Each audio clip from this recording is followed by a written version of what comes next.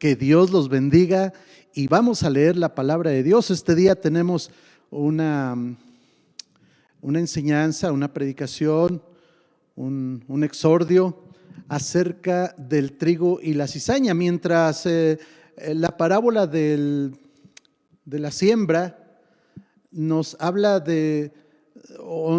nos conduce a hablar de una iglesia que crece porque hay siembra y la siembra siempre va a tener resultados, además de la influencia que ejerce la tierra, si es buena tierra, si es una tierra entre pedregales, entre espinos. Bueno, ya eso se vio la semana pasada, pero hoy hablaremos del trigo y la cizaña, es decir, de una cosecha abundante, una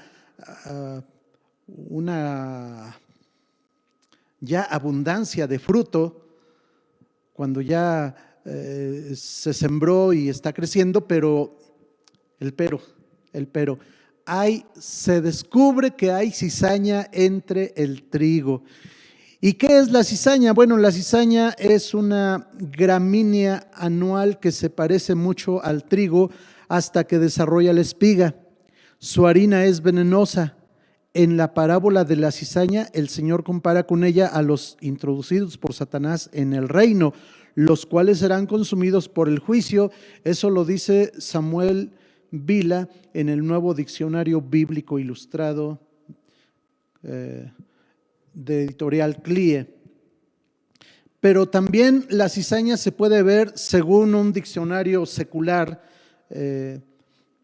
Es un vicio que se mezcla entre las buenas acciones o costumbres, cualquier cosa que daña a otra maleándola o echándola a perder. La cizaña es una especie de trigo, es muy parecida, no se nota la diferencia realmente hasta que ya hay madurez. El trigo llega a ponerse dorado ya con el sol ejercido sobre esa planta, se pone dorado, se pone así como amarillo intenso, mientras que la cizaña toma otro color y ahí es donde ya se distingue. Bueno, entonces la cizaña también dicen los documentos que presenta no solo una diferencia, sino es venenosa. O sea, si se llega a mezclar con el trigo, entonces la harina sale amarga y es venenosa, es potencialmente peligrosa. Así es que los cosechadores de trigo pues deben tener siempre ese cuidado. Por eso, cuando estuve leyendo esto, dije desde entonces, pues ahora valoro por qué el pan lo están dando muy caro también. Y con gusto voy a pagar ese pan que cuesta 6 pesos, 7 pesos, ahora sé que también tiene su grado de dificultad en la cosecha. Bueno, esa es la cizaña y Mateo capítulo 13 nos habla precisamente de esto. Vamos a leer Mateo capítulo 13, versículos 24 en adelante.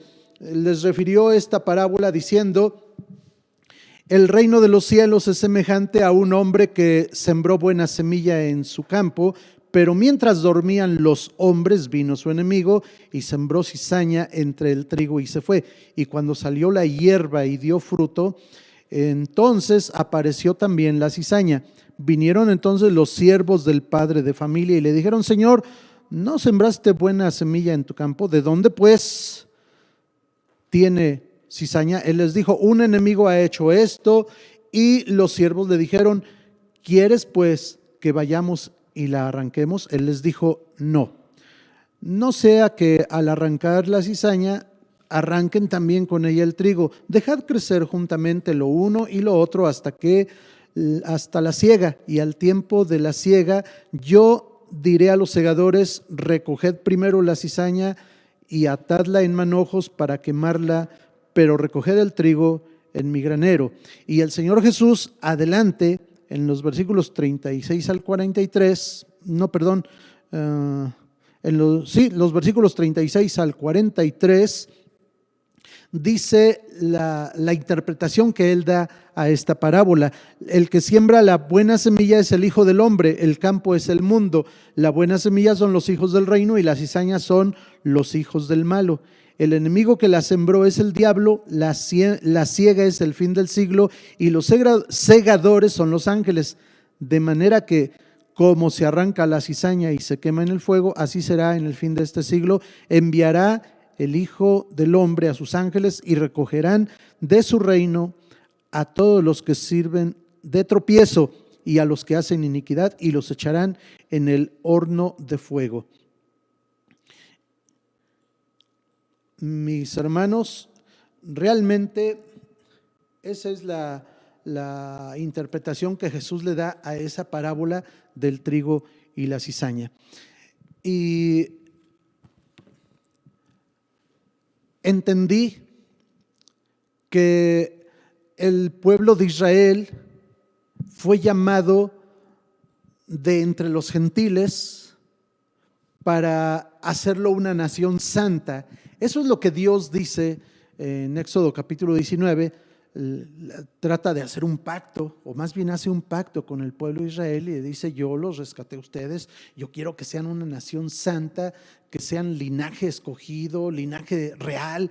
En fin, ese era el propósito de Dios con el pueblo de Israel. Por eso le da leyes y por eso trata con él, lo cubre, lo protege, le enseña, le da instrucciones para un buen desarrollo de su vida y un crecimiento espiritual.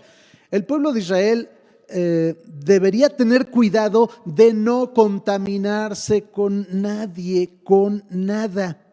Y entonces en el libro de Éxodo, cuando salen de Egipto, en el capítulo 12 del libro de Éxodo, cuando ya salieron de Egipto, dice la palabra de Dios que con ellos salió una grande multitud de toda clase de gentes. Es decir, no solamente iban los 600,000 israelitas mayores de 20 años y sus familias, sino que junto con ellos iba una gran multitud de gentes. Egipto era una potencia y había, digamos que esclavizado a muchos inmigrantes de varias naciones. Eran de otros países que llegaron ahí a trabajar, y entonces pues Egipto los esclavizaba, igual que al pueblo de Israel. Cuando sale el pueblo de Israel, muchos gentiles se abrazaron, se colgaron de ese éxodo y salieron también para obtener su libertad. El problema fue que al colgarse de los israelitas, pues ahí se les quedaron pegados, y el pueblo de Israel no tomó en cuenta que debería ser un pueblo santo. Santo quiere decir apartado. Y entonces se desarrolló una historia que no era lo que Dios quería, no era lo que Dios esperaba para ese pueblo. Se desarrolló una historia paralela y que no reflejaba la voluntad de Dios. Sin embargo, el pueblo de Israel soportó a esos extranjeros entre sus filas. Más adelante nos encontramos en el libro de Números, capítulo 11, versículo 4. Dice: y la gente extranjera que se mezcló con ellos tuvo un vivo deseo. Los extranjeros eran los que añoraban al Egipto, los que añoraban esa forma de vida en el pasado. Y desafortunadamente, dice la Biblia ahí mismo, y los hijos de Israel también volvieron a llorar y dijeron: ¿quién nos diera de comer carne? O sea, los extranjeros que estaban ahí fueron los que empezaron a meter esa cizaña, esa espinita, los que empezaron a meter esa cuña y a decirles: allá en Egipto a nosotros nos trataban muy bien. A los judíos no los trataban bien. A los israelitas los tenían esclavizados, los azotaban. Quizá a las otras nacionalidades o a las otras personas de otras nacionalidades los trataban con ciertos privilegios, pero a los israelitas no, a ellos los tenían esclavizados. Y ese era el problema. Pero ya en el desierto, pues todos eran lo mismo. Así es que allí los extranjeros que iban con los judíos, ellos comenzaron a añorar su antigua vida. Aquí sufrimos mucho. Aquí no hay nada que comer, solo este maná. Maná quiere decir qué cosa es. Entonces ellos decían, aquí estamos comiendo esto que ni sabemos qué es. Y no hay variedad, aquí no hay vino, aquí no hay cerveza, aquí no hay posibilidad de ir a un antro con mujeres. Aquí no hay posibilidad de irnos a divertir un poquito. Aquí estamos encerrados, aburridos. Y los israelitas, con un carácter demasiado inmaduro, ellos decían, pues efectivamente, aquí estamos sin variedad, aquí no vivimos a gusto. Y se empezaron a mezclar ya no las personas, ahora las ideas, las filosofías, ahora las añoranzas, ahora, y ese fue el problema más grande todavía, que se empezaron a mezclar y a mezclar. Y la Biblia, cuando habla de esta parábola de la cizaña y el trigo, o el trigo y la cizaña, nos da una claridad de una iglesia que ha crecido, que ya creció. La siembra ya fue hecha por los sembradores, ya fue hecha por el Hijo de Dios que vino y sembró su propia vida para dar vida, para llevar fruto. Y encontramos a lo largo de la historia hombres y mujeres que llegaron hasta el martirio con tal de sembrar el evangelio. Y la iglesia ha crecido, se ha extendido por todo el mundo, en todos lados, en todas las villas, en la mayoría de los pueblos, hasta en los más pequeños y más ocultos, en las selvas y en todos esos lugares hay iglesia. Porque para el Espíritu Santo no hay barreras, porque la siembra del evangelio es siembra de poder, es siembra de vida. Y en todos lados, hasta en los países más cerrados, allí hay vida, hay evangelio, hay cristianos. Se reúnen en la clandestinidad, se reúnen de 2 o 3 y cantan suavecito. Ahí no cantan a todo pulmón, cantan muy suavecito para no hacer ruido, caminan descalzos para no llamar la atención, salen de uno en uno a deshoras y entran por lugares secretos, y ahí se reúnen y hablan muy quedito para que nadie los descubra. Pero hay iglesia y son fieles. El otro día leí un dato tremendo. En la China, un país comunista, un país cerrado al evangelio y cada vez se cierra más, hay nada más 300 billones de cristianos. Bueno, en China hay más de 1.300 millones de habitantes.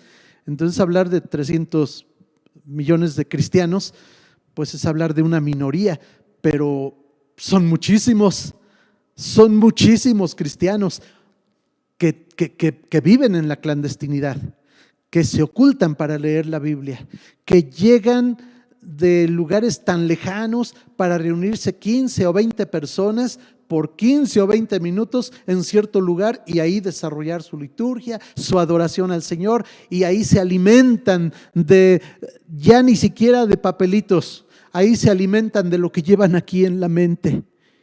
Y el misionero que estuvo ahí les pregunta, ¿y cómo le haces para memorizar? Dice, cuando me tuvieron encerrado 3 años por ser cristiano, y ahí me encontré, alguien me compartió un pedacito de Biblia y ahí memoricé lo que llevo aquí en la mente, lo llevo en el corazón y nadie me lo quita, porque me rompen los papeles, porque me quitan la Biblia, porque me encierran, porque me torturan, le hacen lo que quieren. Pero lo que llevo en mi corazón, o sea, lo que grabé en mi mente de la palabra de Dios, nadie me lo va a quitar. Aleluya. La iglesia ha crecido, se ha expandido. Desafortunadamente, hay una gran verdad aquí. Dice, mientras los hombres dormían, y Jimmy Swaggart dice que los hombres es la iglesia en la actualidad, o la iglesia en los últimos años, se ha dormido, nos hemos dormido. y hemos dejado que el diablo meta esa cizaña. Porque Él es el enemigo del pueblo de Dios, porque Él es el enemigo de Dios, porque Él es el enemigo y que quiere destruir toda la obra de Dios. Entonces ha metido cizaña y esa cizaña está destruyendo a la iglesia. ¿Cuál es la cizaña? Malas doctrinas. O sea, doctrinas de error. ¿Cuál es esa cizaña? Ética, una ética mal dirigida, mal encauzada, una ética equivocada totalmente, una moral que cada día se va más a los suelos, una moral que ha perdido cualquier principio y cualquier virtud que haya tenido en el pasado. Ya la cizaña está logrando su efecto, está creciendo juntamente con el trigo. Y parecen tan buenos apóstoles, y parecen tan buenos evangelistas, y parecen tan buenos teólogos, maestros y doctores de la ley de Dios. Parecen, dan la apariencia de piedad, pero dice el apóstol Pablo que la niegan finalmente con su conducta.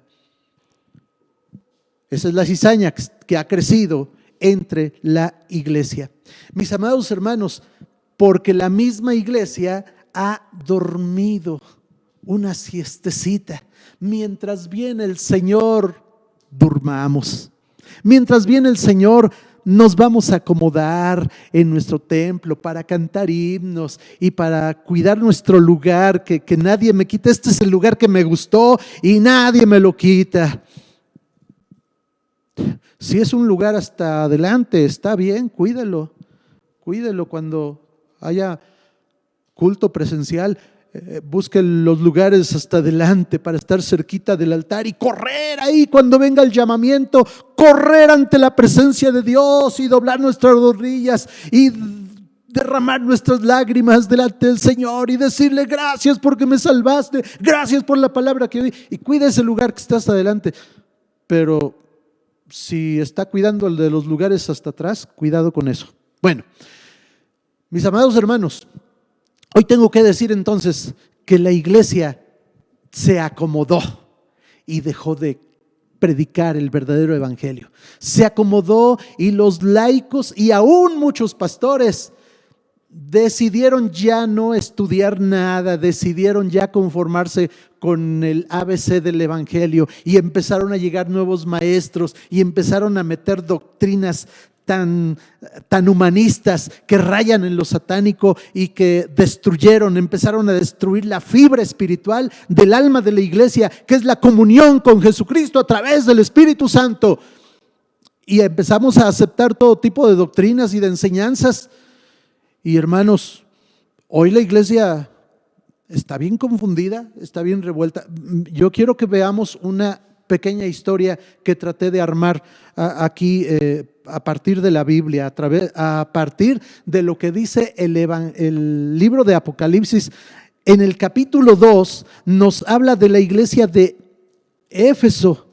Esa iglesia de Éfeso, mis amados hermanos, pues es encomiada por ser una iglesia que tiene muy buenas costumbres, buenas obras, etcétera, etcétera. Pero el Señor le dice: vuelve a tu primer amor. Y vuelve a tu primer amor. Primer amor no quiere decir en un orden cronológico que hay un primero, un segundo y un tercer amor, y luego nos andamos peleando, ¿verdad? Que quién es mi primer amor y quién es mi segundo amor. No se trata de eso. Primer amor habla de prioridades, habla de entrega, habla de compromiso, ¿sí? Entonces, mi primer amor no tengo por qué poner en una balanza, de un lado a mi esposa y de un lado a mi Señor Jesucristo. No. Habla de prioridades, y si yo amo a Jesucristo con todo mi corazón, voy a amar a mi esposa con todo mi corazón también, y voy a amar a mi familia con todo mi corazón, y voy a amar a mi prójimo como a mí mismo. Pero es cuestión de prioridades, no es cuestión de un orden ni cronológico ni ordinario, es cuestión de prioridades. Bueno, entonces Dios le dice a Éfeso: has dejado tu primer amor, vuelve a él.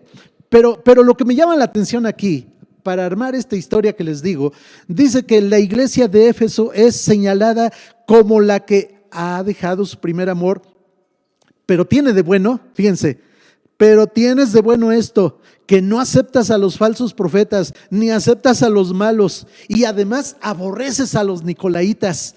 Guardas esos principios, está bien, pero a la segunda iglesia ya se le dice que está enfrentando a los que se dicen ser judíos y no lo son. Es decir, la iglesia de Esmirna, que es la segunda, ya ha permitido que entren a sus filas los que se dicen judíos y no lo son, pero los enfrenta. Todavía hay un grado de pureza. Sin embargo, la iglesia de Pérgamo, la tercera iglesia, ya dice ahí: retienes a los que tienen la doctrina de Balaam y a los nicolaitas. Ya los retiene, ya no los rechaza, ya se cansó y ya los retiene, ya son bienvenidos también. Es una iglesia demócrata. Es una iglesia incluyente, ¿verdad? O inclusiva, ¿cómo le llaman? Es una iglesia que a todo mundo le dice bienvenido. Es una iglesia que dice: no me importa a la iglesia que vayas, eso, si en tu corazón tienes a Cristo, dame la mano y mi hermano serás. Un coro que cantaba yo cuando era niño, ya se me olvidó. Pero hermanos, es una iglesia, la iglesia de Pérgamo es una iglesia que retiene a los que tienen la doctrina de Balaam y a los nicolaitas. La doctrina de Balaam, el que enseñaba al pueblo a fornicar y a rebelarse contra Dios. Balaam, el que con sus labios bendecía al pueblo de Dios, porque Dios ponía palabras en sus labios, pero luego él iba y les metía cizaña, malas enseñanzas, mala doctrina, y el pueblo pereció por causa de las doctrinas de Balaam. Cuidado con eso. Pero la iglesia de Pérgamo ya los tolera. Luego viene la iglesia número 4, la iglesia de Tiatira. Esa iglesia no solo a los nicolaitas, ella retiene a Jezabel. No sé si era una mujer literalmente, pero Jezabel es una iglesia, es una mujer que se dice ser profeta y enseña a fornicar y a comer cosas sacrificadas a los ídolos. Es una entidad que ya está enseñando idolatría y está enseñando doctrinas totalmente opuestas a los principios evangélicos que nacen de la palabra de Dios. Ya la tolera, ya la retiene ahí, ya dice que ya no puede pelear contra Jezabel, ya es parte de ella. Cómo ha crecido la cizaña, cómo se va conformando, ya ni siquiera hay el intento de rechazarla, de echarla fuera, ahora ya es parte de. Ese ha sido el problema. Y luego viene la iglesia de Sardis. La iglesia número 5 es una iglesia señalada como ya muerta. Tú ya te moriste, tú tienes nombre de que vives, pero estás muerta. Qué tremenda esta situación. Tienes nombre de que vives, pero estás muerta. Tus obras están muertas. Y no quedan más que unas cuantas personas que no han manchado sus vestiduras. Gracias a Dios por ese remanente. Yo quiero ser de ese remanente. Yo quiero seguir siendo trigo. Yo quiero seguir siendo ese remanente mal visto, mal visto y quizá criticado. Que el mensaje ya no es popular. No importa, pero quiero seguir siendo de ese pequeño remanente, un grupo pequeño que mantiene la sana doctrina, que sigue abriendo el corazón para que el Espíritu Santo venga y hable y diga y dé palabra viva, palabra fresca, palabra ungida, señalando el pecado y la maldad todos los días. Porque un mensaje inclusivo, un mensaje tolerante, un mensaje de los que ahora me sorprenden, hombres que antaño criticaban el pecado, criticaban la maldad, hoy le están pidiendo perdón a aquellos que se sintieron ofendidos el día de ayer por su predicación y se están identificando. Cizaña, esa es la cizaña en la doctrina de la iglesia.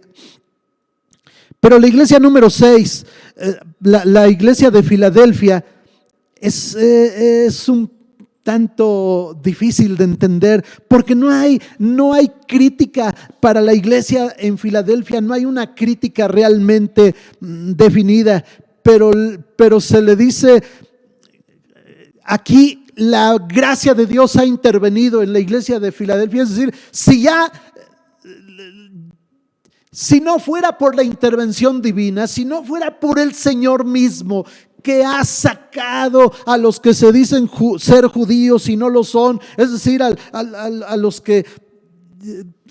que mantienen malas doctrinas y malas enseñanzas y mala conducta, y el pecado lo han abrazado y lo están justificando a partir de la misma Biblia, porque han encontrado frases en la palabra de Dios para sostener sus malas doctrinas.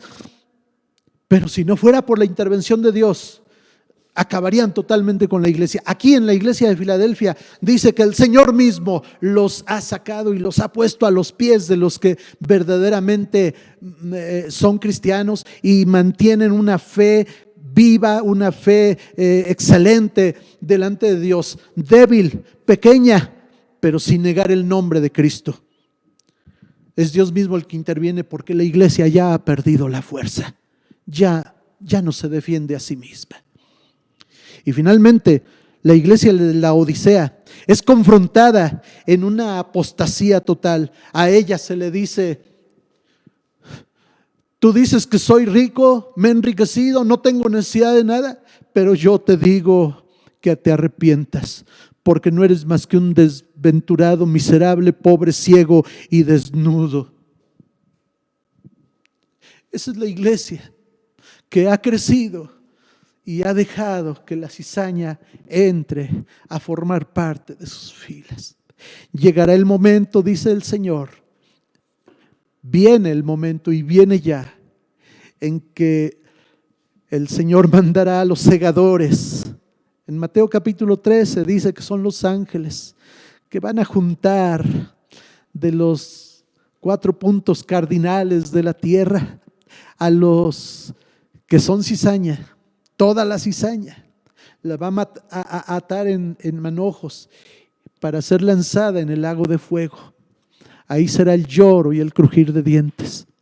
Mientras que el trigo, los verdaderos cristianos, quizá la gran minoría, ellos llegarán a ser como el sol, brillando para Jesucristo. Mis amados hermanos, esta parábola Jesús la ha dicho ampliando el primer concepto. El sembrador que sale a sembrar y que encuentra diferentes tierras, y que producto de las circunstancias muchos no van a convertirse nunca, muchos se convertirán y luego caerán, porque su corazón no estaba bien preparado o por lo que sea. Pero de todas maneras, la buena tierra producirá al 30, al 60 y al 100 por uno una cosecha abundante. Pero en esta parábola a mí se me hizo patético que la misma iglesia, en esa gran cosecha, el enemigo vino y aventó semillas. Porque nadie, ningún campesino y menos nuestro Señor va a sembrar aventando semilla buena y mala al mismo tiempo. Fue el enemigo el que lo hizo. Desafortunadamente, mientras los hombres dormían, nosotros mismos lo hemos permitido. ¿Por qué no abrimos los ojos? ¿Y por qué no volvemos a la palabra de Dios?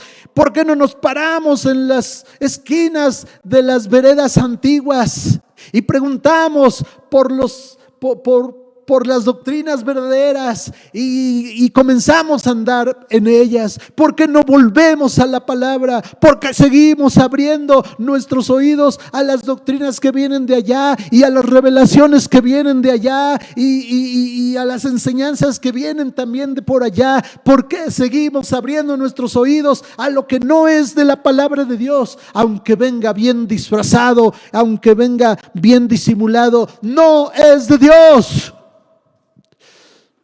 Palabra, palabra, palabra. Eso necesitamos hoy en día. Demos gracias a Dios por los grandes hombres que se levantaron en la antigüedad y aún en días actuales se han levantado para que con mucho valor proclamen las verdades perfectas, las verdades que no se tuercen, las verdades que no se acomodan a ninguna enseñanza del mundo, las verdades que no se identifican con las posturas filosóficas del momento. Bendigamos a Dios por esos hombres que aunque son criticados, que aunque son señalados, pero que mantienen su vida íntegra delante de Dios y sobre todo la doctrina, la enseñanza. Y yo quiero ser parte de esa minoría. Quiero seguir siendo trigo y quiero invitarlos a que ustedes sean trigo. Estemos alertas cuando vean cizaña. Rechácenla en el nombre del Señor. Oremos. Padre, en el nombre de Jesús, hoy estamos delante de ti y yo vengo para suplicarte, mi Dios. Ten misericordia, ten misericordia. La iglesia está pasando por un mal momento. Porque hay mucho pecado que se infiltró. Porque hay muchas filosofías que parecen cristianas. Porque muchas doctrinas ya se diluyeron. Solo nos queda tu palabra viva y eficaz. Palabra que no cambia. Sécase la hierba y marchítase la flor, pero la palabra de Dios permanece para siempre. Y Jesús dijo que ni una tilde pasará, todo se va a cumplir. Tu palabra no ha cambiado, Señor. Ayúdanos a volver a la palabra, a cimentar nuestra vida en la palabra, a creer en la palabra, a volver a la palabra. Ayúdanos, Señor, lo necesitamos. Porque sabemos que esa gran cosecha está próxima. Está próxima. Que tu Espíritu Santo ilumine nuestra vida, ilumina nuestro interior. Enséñanos, Señor, lo que debemos cambiar. Enséñanos tu verdad. Enséñanos esa palabra que alumbra y que da vida. En el nombre de Jesús, en el nombre de Jesús. Queremos ser parte de ese remanente fiel que con poca fuerza, pero que tenga la palabra todavía, en el nombre de Jesús. Amén, aleluya, aleluya. Mis amados hermanos, el Señor les bendiga y tomemos la palabra para vivirla. Disfrutemos un tiempo de alabanza. Amén.